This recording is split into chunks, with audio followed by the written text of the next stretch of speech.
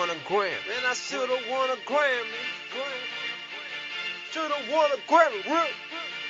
Hello, everyone, and welcome to another episode of Grammy Grabfest, where I, Jesse, and Rosemarie sit down and talk about the Grammy Awards in the 80s. How you doing today, Rosemarie?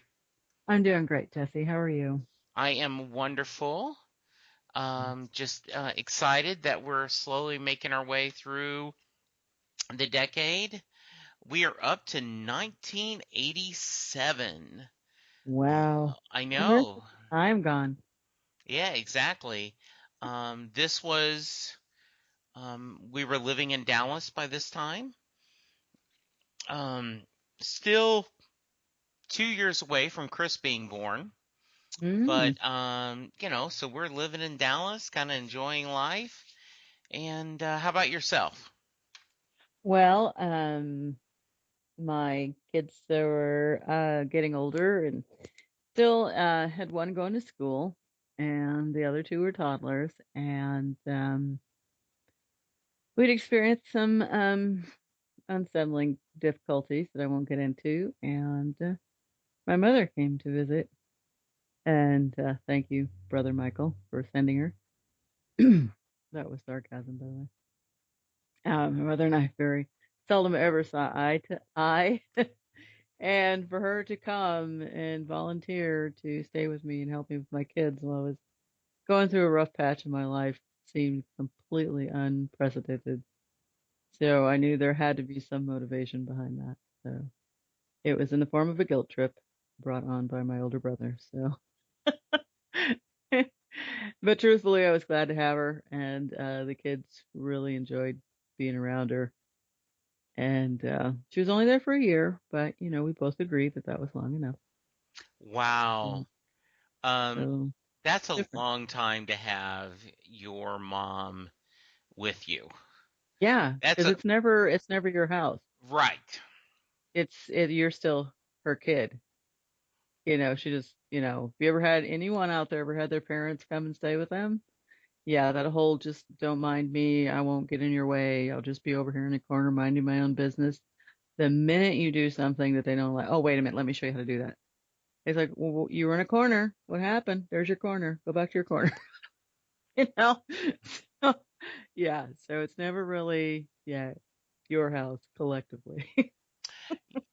Yeah, um, and not that we wanted to get on mother talk, but No.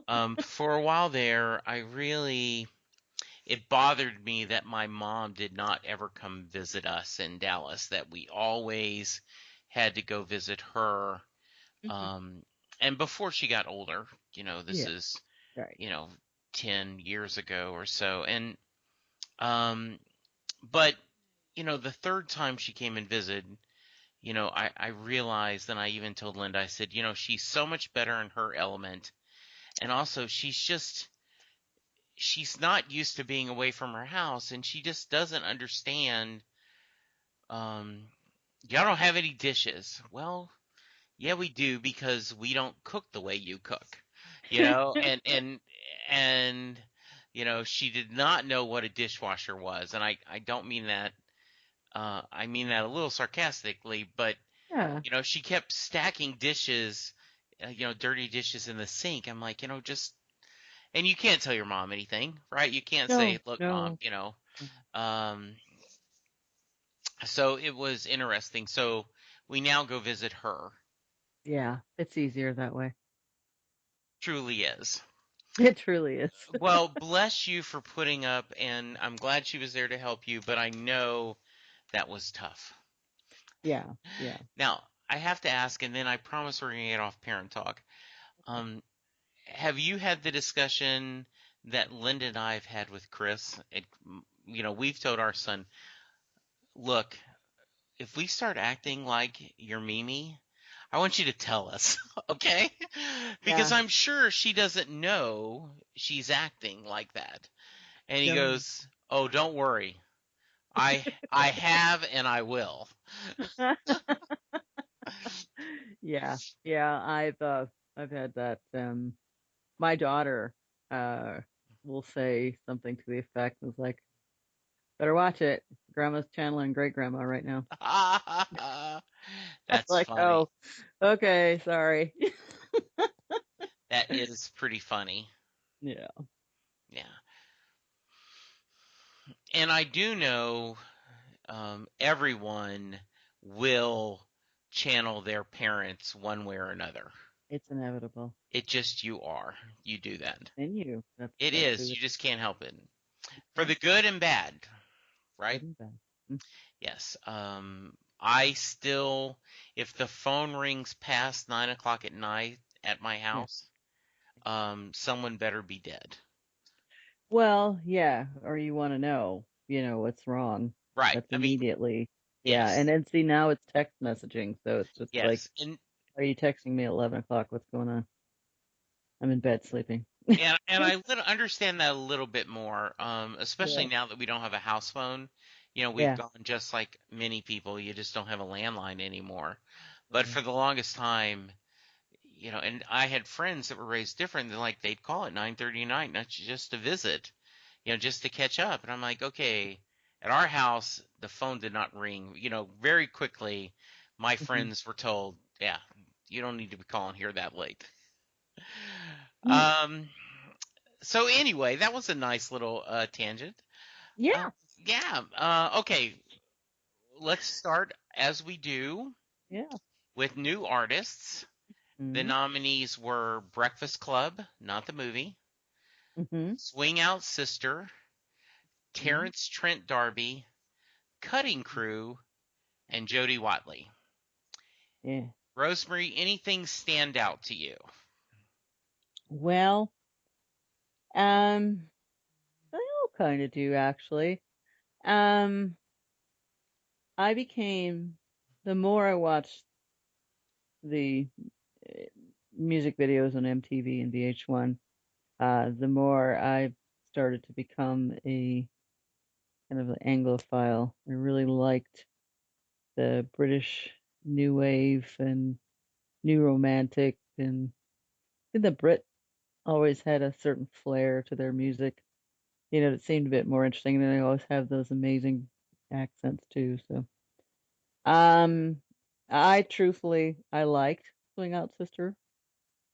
It was different to me, and I liked the song that they did because it had kind of a jazz feel to it. If you remember the song Breakout, it was well nominated for Best New Artist, but Swing Out Sister was. Um, Breakfast Club really, the only thing I know about Breakfast Club, um, other than the song that they did, and I'm struggling to remember the Right on Track, I believe that was the name of the song. Remember some trivia about them. Apparently, Madonna was one of their first drummers. So apparently, she'd already gone her separate ways by this time. When they had gotten to this far, but they had been around a while already. Terrence Trent D'Arby never really did anything for me. I really wasn't that impressed with him, even though a lot of people were, and he was certainly impressed with himself, from what I hear. But Yes. he never went on to do a whole lot else. I had another song, and then that was pretty much it. Cutting Crew was another one of those bands that had the you know big hit, lots of fabulous lyrics that you Hmm. really didn't understand, and um, I like Died in Your Arms, but what does it mean? I have no clue. Yeah. And then of course you have Jody Watley, who, I don't know, she a really good dance song. I don't know anyone who couldn't go into a club and hear that song and it not be, oh yes, let's get out on the dance floor and dance to that, looking for a new love. That was kind of the mantra of the decade, I think, for a lot of people. But she set it in motion in 1987. So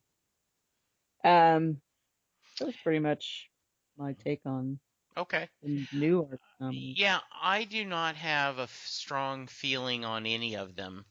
Yeah. I had to look. Um, I think sometimes. this may have been a little more. I'm listening to talk radio now. I'm not spending as much time watching MTV, and so I may not have been catching as much of the, pop music as I would have been in the earlier in the decade. Mm-hmm. So yeah, I vaguely, as you looking at these, I thought so. Do you think Jody Watley is the person who won? Do you think that's the right choice? I don't think so, no. Who I would you have don't. picked? Um, I would have picked Swing Out Sister. Okay, very nice. All right. Oh, so let's move on to Song of the Year. And as is tradition, I remind everyone this is the award that went to the writer of the song. We have Somewhere Out There that was written by James Horner and Barry Mann. Michael Masser, Will Jennings, Didn't We Almost Have It All? Richie Mm-hmm. Valens, La Bamba. Suzanne Vega, Luca. Mm-hmm. U2, I Still Haven't Found What I'm Looking For. Mm. Now, I do know all of these songs. Yeah. Um, I am I am a casual U2 fan. Mm-hmm. Um, I know the hits Mm-hmm. and I enjoy the hits a lot. I have not bought too many of their individual records, so I wouldn't know any deep cuts, but Mm-hmm. I'm a I think, I'd be a casual U2 fan, though I really recognize their greatness and some of their songs, I love hearing. Mm-hmm. So, and I Still Haven't Found What I'm Looking For, I think is a great song. Yeah. I remember the video of them on the roof, which is similar to what the Beatles did, and just that guitar and start, a really cool song. What's your feelings on U2? Well, I recognize them as, a pretty outstanding group of young gentlemen at the time. I didn't listen to their music that much. Um, I guess I thought it was a little too deep for me at the time. So, Bono, of course, has an amazing voice and, really projects through his song, and his emotions are always right out there for you to see, which is great. I mean, because you have to, when you're a front man for a band like that, you have to be able to hold that, mantle and be the center of attention and really grab your audience. And he was very good at that. He still is, because they're still around. I honestly didn't become a fan of U2 until last year when they put their album on iTunes. And they got a lot of grief about that. They did. And and, and I think that's a perfect the phrase in my house he'd complain if he got hung with a new rope, which is a very dark thought, but Hmm. it's a free album. Yeah. Why are you screaming at it? And And if you but don't want it, don't take it. hmm Yeah, and that's I how think you live. that's part of it. A lot of people, it automatically downloaded and they didn't know how to get rid Wow. of it. But yes, that's funny. That's great. Um, how about um, Richie Valens and La Bamba coming back? That's that was amazing. If you ever saw the movie La Yes. Bamba, and I just, I love that movie. It was that one and the one they did about Buddy Holly Yes. and with Gary Busey, and I just thought, these are icons that, you know, didn't get a chance to shine as much as they should have, and they live on now eternally in music, forever, and in the fans, but I can just imagine what that was like, in the 50s, having stellar, acts like that to go see and, be able to see him live and, you know, be able to tell somebody later, I went and saw Buddy Holly. It was like, what? Oh my God. But, then it was just like, it's Buddy Holly and the Crickets or, it's Richie Valens, and it's not, maybe it wasn't a big deal then, but, now it's just like, oh my God. It's like, you went and saw the Beatles, so that I was happy for that. I was happy that he was able to get a second chance to shine, and his wife has been doing a lot of um what's it? Maybe I'm getting the story wrong.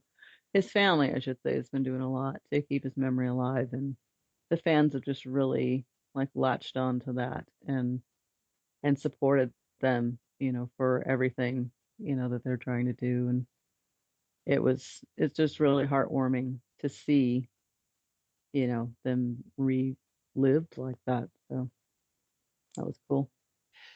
It's interesting. I I have a lot of affection for Lou Diamond Phillips. Mhm. He played the um, Jack Nicholson part of A Few Good Men on a local play they had here in Fort Worth Oh, or in the nice. Dallas area. Yeah, he played, and it was really interesting to see him play it. I really liked him in a lot of stuff, and I thought he was great in this film. I also Brave Combo, which I think we've talked about before, is the local rock and roll polka band, and Carl Finch, who, by the way, has just been nominated for the Polka Hall of Fame. And I was talking to him before a gig, and he said, we were doing La Bamba years ago, and then when the movie got out, all of a sudden it became this big hit, and they had to figure out what was going to be their classic 50s or 60s song they were going to do, their oldies in their set. Um, so yes, I was glad to see Richie Valens' family do that. Um, the Somewhere Out There was also nominated. A very sweet song, and I liked both the version that's in the movie and Linda Ronstadt and James Egren's version. Mhm. So really good. Didn't we almost have it all? Whitney Houston showing her pipes, Mhm. and Yeah. then Suzanne Vega, Luca, and and I immediately want to go Luca. I live on the seventh floor or second floor, Yeah. so it's just one Yeah. thing. Mhm. Um, they ended up the Academy picked Somewhere Out There. Yeah. What would you have picked? Um, I I have a special place in my heart for Suzanne Vega. She's just one of those artists that I fell in love with later in her career. Okay. Her 2005 album Beauty and Crime is just totally amazing, and her vocals are just as, pristine as the day she started. I have tried to cover her on several occasions, and I don't really do it justice because she's a very unique sound to her voice, and it's just not something that can be replicated. Um, Even though I try my hardest, but I'm actually glad that Somewhere Out There won because I just totally love that song. Yeah. I love that song too. I probably would have voted for I Still Haven't Found What I'm Looking For, Hmm. but I don't have a problem with Somewhere Out There winning. I No, know it was a huge hit and it is a good song. it's an So, amazing. yeah. Okay, then let's move on to Record of the Year. That goes to the artist. And the nominees were Paul Simon for Graceland, Los Mhm. Lobos doing La Bamba, Steve Winwood back in the High Life again, Suzanne Vega Luca, and U2 I Still Haven't Found What I'm Looking For. Now, what I find interesting is both Steve Winwood and Paul Simon were nominated the last time we talked Hmm. for these albums, but because of when the albums were released and the length, you've got singles from that album on a different calendar year, Yeah. which is a little bit strange, but Yeah. not confusing. Um, No. so, you've already talked about you are not a big fan of Graceland. Not that you have anything against it. It's No. just not something that's in your wheelhouse, so to speak. Yeah. Um, and which I find funny is that Graceland is the winner. Hmm. Now, which one? And we've kind of talked about the songs because unlike um, like Somewhere Out There did not get nominated for Record of the Year, but almost everything else did. Right. Um, any other thoughts that you didn't express before, or is there something you would have perhaps, like, what would you have picked? Oh gosh. Yeah. Well, in this instance, I would have picked Suzanne. Yeah. Okay.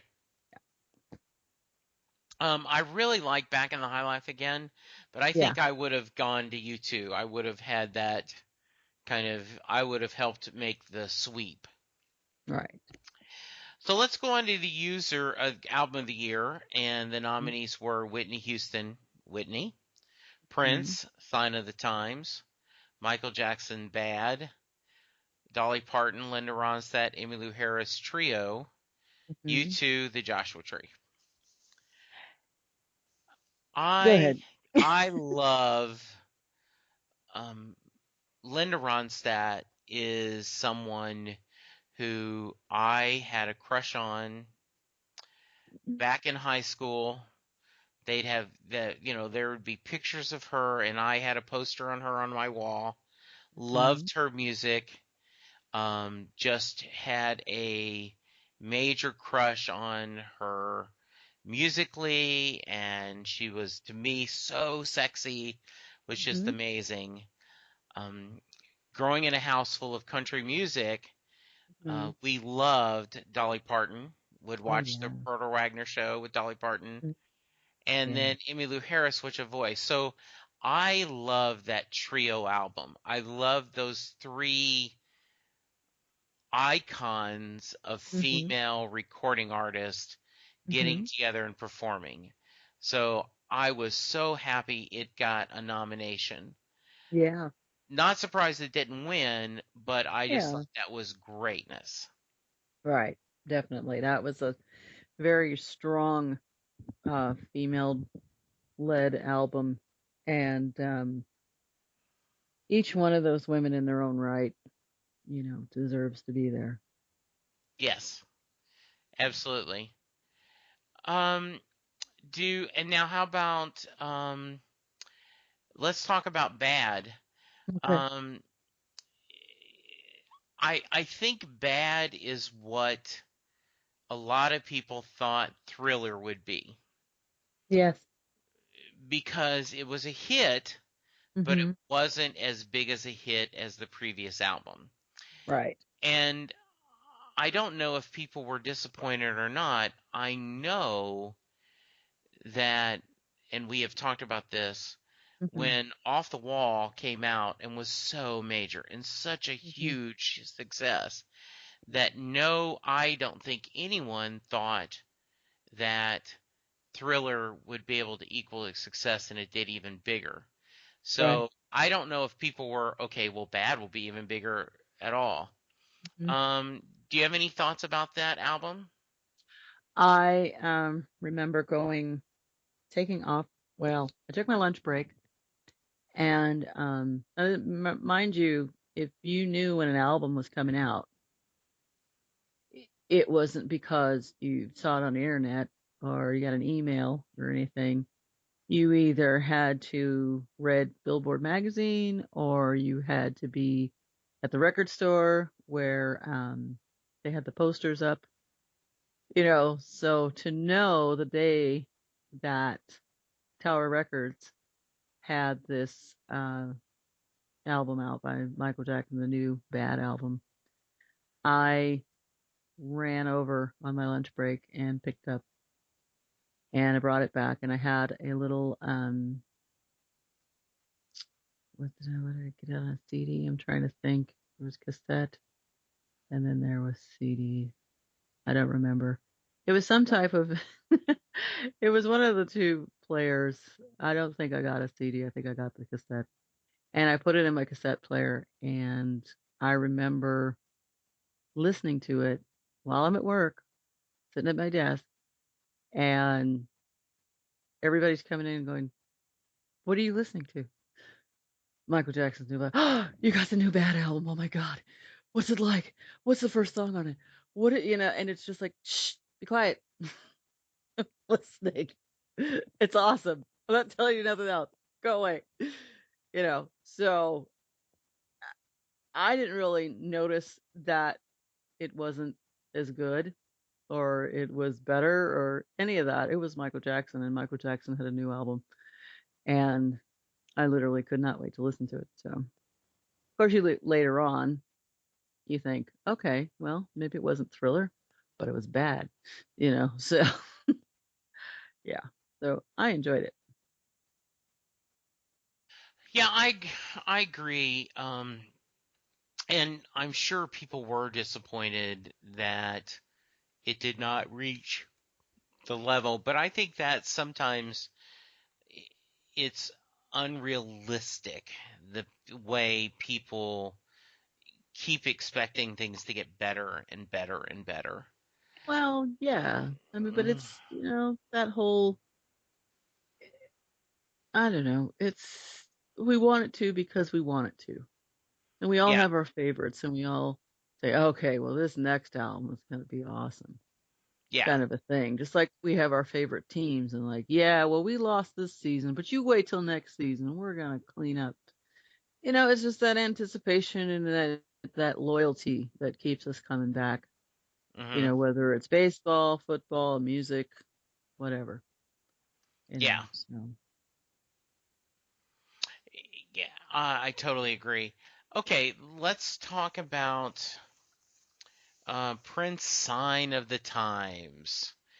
Now, how about your memories of that, Rosemary? Um, I was kind of, I don't want to say I was falling out of love with him, but, well, I take that back, actually. I didn't listen to this album till later. Um, I was at the very beginning of listening to Prince. So when I fell out of love with him was the Love Sexy album. So it just kind of really threw me off. But not like totally out of love. I just had stopped listening to him on a regular basis. But um I started at the beginning with For You, and then went on from there with, Controversy, and then everything. And then of course never saw Purple Rain in the theaters, but rented the video and saw that. So then I bought the album, and then he came out with a new movie, Under the Cherry Moon. So then I went out and bought that album. So by the time we got to Sign of the Times, it was like, okay, well, I guess I'll buy this one too, because surely it's going to be just as good as the other ones. And it's Prince, so I should just have that in my music collection. And I don't know, it just really didn't grab me as much as the other ones did. And then I'm not sure why. Perhaps by now he's gone into a different direction because he did that quite a bit. He stayed with a group of people and recorded for a while and performed, and then it was just like, okay, now I want to do something different. And he did, and I honestly think that's what kept him as fresh as long as it did, not the fact that he wasn't just an amazing musician in his own right. But I don't know, this album just, some of the songs, Sign of the Times, was actually really good. If it didn't speak to you, there was something wrong with you. But there was a lot of songs in there, I guess, that I just didn't understand from his perspective. So I kept it in my library, but I can honestly say I didn't really get listened to very much. Yeah, I think, one of the things that it is always difficult to try to, how do you keep from repeating yourself? How do you keep things fresh? I know this is kind of his first solo record, and so yeah, I not much else to add. Well said. Yeah. Okay, Whitney, which is her third or fourth album, I believe. Yeah. This was a massive hit. Mm-hmm. Mm, It's her second studio album. Mm-hmm. They This is the one that took her to her next level. Mm-hmm. Want to Dance with Somebody? Didn't we almost Mm-hmm. have it all? Yeah. Where Do Broken Hearts Go? Love Will Save the Day. I Love Him So Well are just a few of the singles from it. Mm-hmm. Um, Now I know you love some Whitney, so I what are do. your thoughts on this? Um, I, was just amazed when she first came on the scene. I thought to myself, oh my goodness, this woman has got to be from another planet because there really isn't a whole lot of female vocalists out there that could accomplish what she did in such a short amount of time. Um, and I loved how she sang, and her vocal range was just astronomical. She was just off the charts. And I just thought if I just had like a little tiny bit of that, that would be so awesome. And having, the album and playing it and trying to not shatter windows or anything like that when I was trying to sing along to it. At some point, when this is when my mom was staying with us, and she'd come in and she's like, "Still trying it, huh?" Like, yeah. She's like, "Okay, why don't we give it a rest for a while?" I'm like, all right. So, that's like, thanks, mom. Yeah, that was your critique. Yeah, that's it's funny. it's not happening. Give it up. So, Hmm. but yeah, but this was a great album for her, and to know that she, would go on to just be amazing Yeah. and continue to be amazing. Just it makes me smile, because you don't really get a whole lot of women artists, I think have to fight harder, to have their career last as long as it does. For a minute, Yes. it's just almost a given to me. And that may not be true, but it seems like it is when you have standalone solo artists, like, the divas, as they say, that have stood the test of time. They've fought long and hard Hmm. to be where they are and stay where they are. So, props to Miss Whitney for becoming, a classic. Yeah. Um, and then we have um U2's The Joshua Tree. Yeah. This is the album that kind of made them U2. Yeah. Um, and as sometimes when you get a massive album like that, it is, it almost reads like a greatest hits Hmm. after so many, hit singles that Hmm. play on the radio. They have Where the Streets Have No Name, Still Haven't Found What I'm Looking For, With or Without You, and just really some great songs, and a good album. Like I said, this is one of the CDs that I do have that is not a greatest hits or just doing the things. Um, Hmm.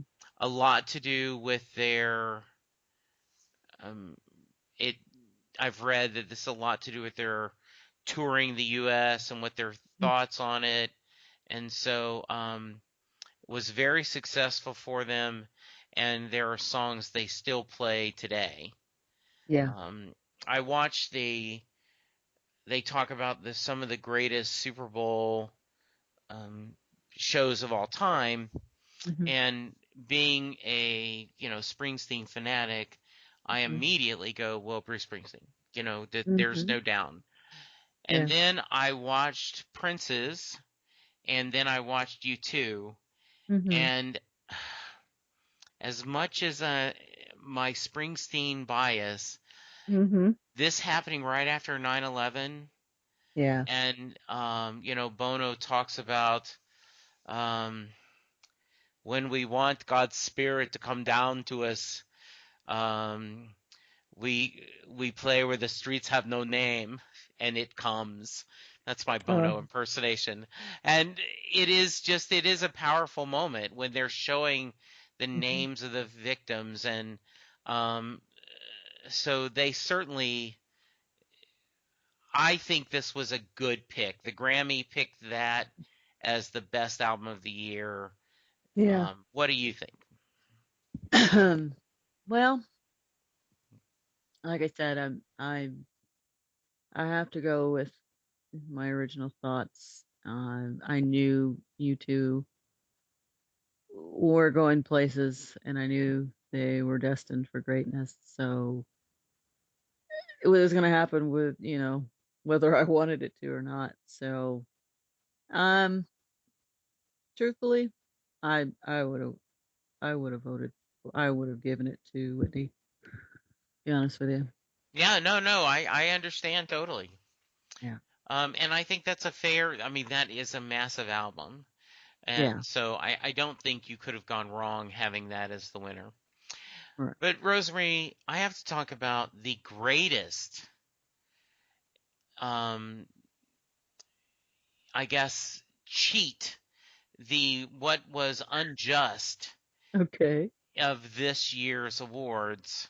Let's see. Best album of original instrumental background score written for a motion picture or television. Oh dear. Okay. Um, there was Find that. Ennio Morricone, who did The Untouchables, Henry Right. Mancini, the glass, yeah, whatever, Maserati. Menagerie. Thank you. Glass James Horner, menagerie. American Tail, John Williams, Witches of Eastwick, Mark Knopfler, Princess Bride, and Princess Bride didn't win. I know. Is Now, that not sad or what? The Untouchables, perfectly fine soundtrack, but I just love Mark Knopfler's um, music in The Princess Bride. It fits that movie perfectly. Mm-hmm. I know that, the story is that when Reiner went to um, Mark Knopfler and said, "Would you do the soundtrack?" He said, "Only if you somehow work the cap you wear in that documentary that he did, one of his first ones, Uh-huh. on the fake heavy metal band. I'm drawing a Yes. blank on it right now. Spinal Tap. Yeah, Final Tap. And it's Final Tap. If you as the filmmaker, I want that cap in the movie. And he was able to get it in Fred Savage's bedroom. And that's where it's at. So, because there's no place for a ball cap in the actual story of Princess Bride. Um, Exactly. and obviously that's I'm have my tongue uh, in my cheek Mm. almost. That is though. I just love that soundtrack and everything it does with it. How about you? Anything as you do your kind of scrolling and looking as you Yeah. always do that you want to bring up? Well, best comedy recording. Hmm. We had Robin Williams, Night at the Met, Bob and Ray, The Best of Bob and Ray, Volume 1, Jackie Mason, The World According to Me, Ray Stevens, Would Jesus Wear a Rolex? Which is a And we're, great title. it is a great title. That is a And great. Weird Al Yankovic's Polka Party. And I'm so disappointed Weird Al didn't win, but he won. He lost to Robin Williams. Yes, So, which is awesome in itself. And just to absolutely. be in the same category, I'm sure he was like, "That's okay, give it to Robin. He's Yes. awesome." A peculiarity that I just saw not too Hmm. long ago as we were talking. Best Concept Music Video, had one nominee, and it's like, you know, you what is the joke is you couldn't win a race in a one-legged horse or something Yeah. like that. I don't know. But Kate Bush was nominated for the whole story for her music video, and the winner was Kate Bush. So I thought, really? Yeah. I love Kate Bush. Hounds of Love is still one of my favorite albums of this date. Um, One nominee. But it does seem, Couldn't find enough. yeah, that does seem a little weird. I agree with that. But, and apparently everyone else just didn't, they paled in comparison. So, Yeah. which was fine. I don't mind that. I Right. just thought it was humorous. So, Everything. Best vocal group for country and western was Dolly, Linda, and Emmy Lou for trio. yes. And poor Randy Travis has been on some tough times over the past few years. Yeah. But back then, one of his best songs, Always and Forever, won him for vocal performance of the year. And I don't know if you can have a sweeter video with all the wedding and such. Oh, I So, know. yeah, absolutely wonderful. Absolutely. Let's see. I'm looking if there's anything else as we scroll. How about you? Anything else that kind of stands out? Uh, well, actually, where did I see this at? I'm gonna try and talk my way through it while I'm looking. But I saw this really unique recording. Ah, here it is. Best recording for children. Okay, I'm gonna Yes. go from the bottom up because I'm dramatic that way. Raffi, Everything Grows. I mean, who didn't love some Raffi back in the I day? loved me some Raffi. I'm not Glenn. being sarcastic. Uh, No, I know. It's like, it was music that did not make you want to claw your ears out when you oh, put, unlike some things, Barney. yeah, So I loved Raffi. little dinosaurs or anything, yeah. Yes. Glenn Close and Mark Isham, The Emperor and the Nightingale. Barbara Fairchild, Lullaby for Teddy. And Jack Nicholson and Bobby McFerrin for The Elephant's Child. You want to know who won? Yes, please. I can't wait. Jack Nicholson and Bobby McFerrin for So The Elephant's Child. Jack Nicholson has won a Grammy. Jack Nicholson's won a Grammy. Bizarre. That is For reading awesome. a children's story. Jack Nicholson, children, not really, putting them two in the same sentence and having, something other than scary come out of it. Mhm. But yeah, he did that. So that just goes to show you his range. That is hilarious. Yeah, Um, I enjoyed that. yeah, that's great. I also, this is interesting, Lifetime Achievement Award, Hank Williams Sr. And it seems like that's kind of late. It's that you would have, seems like if you're going to have a Grammy Lifetime Achievement, it wouldn't have been 87 before you uh, honor the great Hank Williams Sr. So, Well, yeah, because, I love his music. yes, He's one of my favorite country artists because when I do country, I do old school country. right. And I definitely love him and Buck Owens and Roy Yes, Clark and people like that, and Johnny absolutely. Cash, of course. Yes.